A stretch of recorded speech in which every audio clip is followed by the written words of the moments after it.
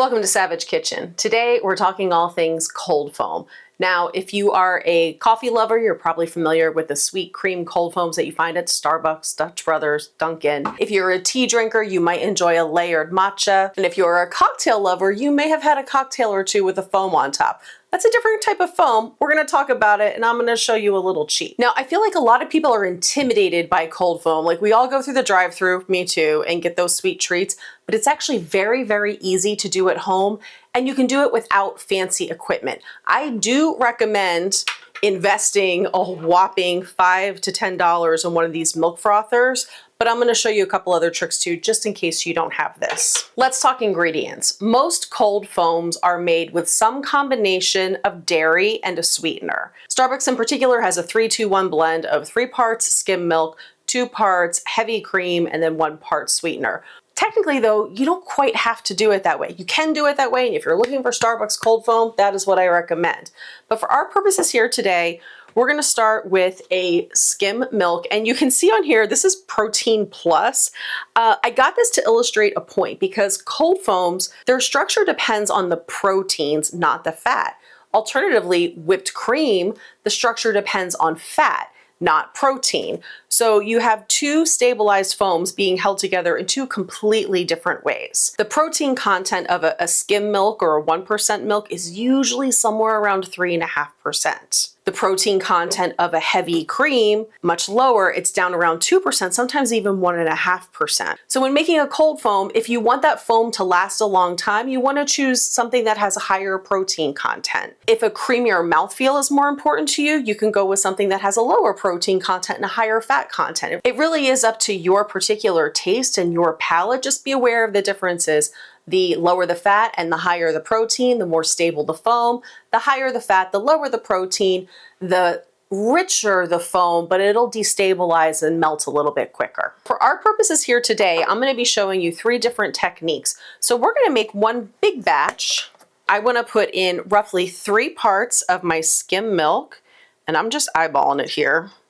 And then I'm just gonna do 1 part heavy cream, because for me, I think that the mouthfeel comes a little bit from the cream, but it's also gonna come from the sweetener that we add to it. So we're just gonna do roughly 1 part. There we go. And then we're gonna use this mixture with various sweeteners in it for all 3 of our drinks. Also, how adorable are these little milk cartons? First up is going to be the ubiquitous iced coffee with sweet cream cold foam. Who doesn't love this treat? Now, you can see I have my ice here all the way to the top. The reason for that is as we pour in our cold coffee, that ice is going to melt down a bit. And I'm going to come just about to the top, and we're going to set this aside. For our first technique, we're going to use this handy dandy little milk frother. You can find these usually in the grocery store. I picked this one up on Amazon. I like that it had this stand. This stays on my countertop and just out of the way. And I find these useful not only for making cold foam, but I actually make vinaigrettes with these. It's great for making cocoa, anything where you want to whisk something together vigorously, which brings me to my second point. You need a cup, a glass, a mason jar, just something that's relatively narrow with high sides, because what we're going to do is pour in our cream and then we're going to double the volume by whisking it. And I like to use a mason jar because it has these little hash marks. I'm going to come up right here. I'm going to make a little bit more foam than we need just to illustrate the point. And then I'm going to sweeten this with a little bit of syrup. You could use honey, you could use maple syrup, you could use plain sugar, you could use powdered sugar. You don't have to sweeten it at all because I have no shame. I am using our Savage Kitchen vanilla bean syrup, which is like phenomenal in coffee. That was actually a little much. These are rich, simple syrup, so like a little goes a long way, but I'm feeling kind of sweet tonight. Into the mason jar, you're going to want to submerge your whisk before starting it. Give this about 15 seconds or so. You're gonna know it's done when the volume stops rising, and we're gonna be about double from where we started. All right, that looks delightful. We're gonna pour this right on top of our iced coffee. Oh yeah. I feel so good about these choices. I mean, come on. Isn't she pretty? Your ingredients matter here. Fresh milk is key. High quality sweeteners, obviously I'm a little biased, but I think that that's key. If you don't have like a really nice syrup, I would actually go honey or maple syrup before I would use like a Turani or a Monin. I mean, I gotta take a picture of that. That's so pretty. And if you give it a minute, you're gonna see that foam start to sink down. One of the reasons for that, A, is gravity, but B, acid is actually the enemy of your cold foam, and coffee is quite acidic. It's mesmerizing. I could watch this for ages. Okay, I feel like you get the point. Milk frother, mason jar, couldn't be any easier. Let's go on to method 2, just in case you don't have a milk frother. Let's do an ube cold foam for our matcha. We're gonna do something a little unconventional to make the cold foam. So if you do not have a frother, but you do have a French press, we're actually gonna use this, bear with me, to pump our milk and introduce air to it. Now, I saw this done somewhere and I was like, that's brilliant, because really when you're making a foam, all you're doing is introducing air into a liquid. And then, as I keep saying, those proteins are stabilizing the structure that's formed by the introduction of the air. The French press will accomplish this, but there are some complications. One of them being most French presses, the plunger here, this bottom disc, doesn't go quite to the bottom. There's like a little gap here, and that's because when you're using this for its intended purpose, there's space there for the coffee grounds that are being compressed down. So if you have this, I recommend actually making more cold foam than a single serving. This is great to do if you're hosting brunch or a party and you need to make a lot of cold foam. And we want to make sure that we're going to be above the line of that disc. Ooh, I might have to refresh my little stash here, just for funsies. And because I think the flavor pairs really well, we're gonna use our ube syrup to sweeten this. Again, you don't have to sweeten it, but I do think that the purple color is super fun with the green of the matcha. I don't know if you can see, the sugar sinks to the bottom because the sugar syrup is heavier than the milk.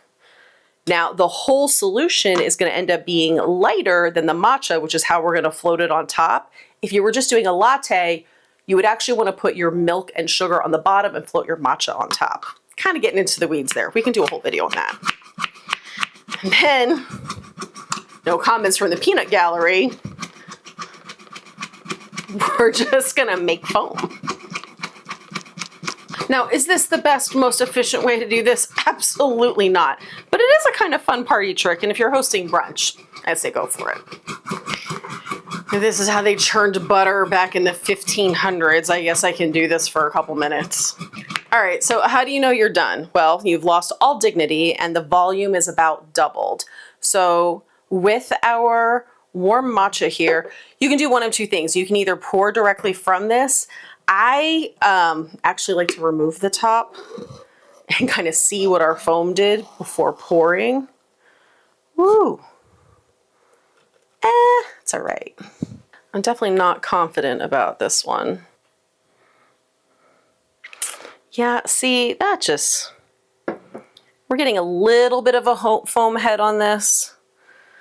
But we're just gonna roll with it for the sake of authenticity. There's a little bit of a foam head on top, but not much. And quite frankly, if you do this with the frother, as you can see, it works fine. I have done this several times with the French press, and I'm not sure why today it's just not working for me. I mean, it's working a little bit, but not in a dramatic enough fashion. So try it at home. Let me know what you come up with here. It certainly is gonna taste good. Actually, yeah, that's delightful. Yeah, ube and matcha goes really well together. And for our final cold foam trick, we're actually gonna put this over a cocktail. Now, I have already mixed up a delicious little Mai Tai. And if you need a Mai Tai recipe, I'll put a link to a video I did not too long ago with several Mai Tai recipes, but Mai Tais are essentially a combination of rum, citrus, orange liqueur, maybe a sweetener, maybe not, maybe some bitters, maybe not. There's a lot of different ways to make a Mai Tai. Most of them are quite delicious. My favorite Mai Tai is the Monkey Pod Mai Tai, found in Hawaii, and it has a passion fruit cold foam on top. We're doing a version of that here. I actually have a copycat recipe for that on my website and in that video, But we're going to do a toasted macadamia cold foam for this one. Get your cocktail shaker ready, because it's not just for shaking cocktails. We're going to shake our cold foam too. Most creamy cocktails or cocktails that have a foam on top are made with egg white. Don't freak out. It's okay. Not everybody loves egg white in a cocktail though. The alternative many people use is aquafaba, which is the juice from chickpeas, which personally bothers me a little more than egg whites, but that's just me. The thing that both of those things have in common, along with skim milk, is a high amount of protein. In fact, egg white has so much protein in it that it makes for a much more stable foam than using milk. Egg white has about 10% protein versus the 3.5% that a skim milk has. I'm using a clean shaker, different from the one that I made the cocktail in, because, as I mentioned before, acid is the enemy of a cold foam. So is alcohol. So the shaker that I used for the cocktail, I would either have to rinse it out or be lazy like I'm doing and use another one. Thank you, Elevated Craft. So I'm going to add a little bit of this divine toasted macadamia orgeat. Now we have a couple options here. I could put some ice cubes in this, and that would both agitate the shaker as we're moving it and chill the cold foam, but it's also going to dilute the cold foam a little bit. The other thing you could do in an effort to help shake it is add a spring. So for example, if you have one of these strainers right here, usually the springs just pop right off. You can throw this right in your shaker, and it's going to help aerate whatever we're shaking inside.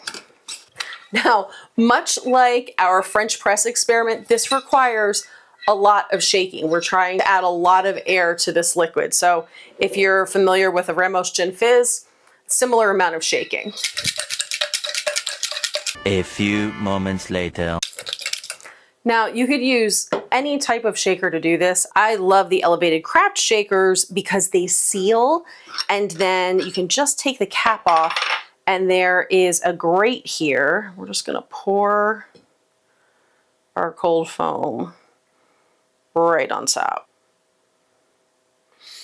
And what cocktail is complete without a little garnish? So let's review, shall we? Best method, 100% hands down, get yourself a little hand frother. They're absolutely worth the investment. They last forever and they're very inexpensive. And look how stable the foam for this drink is. And I had a whole bunch of interruptions while filming this.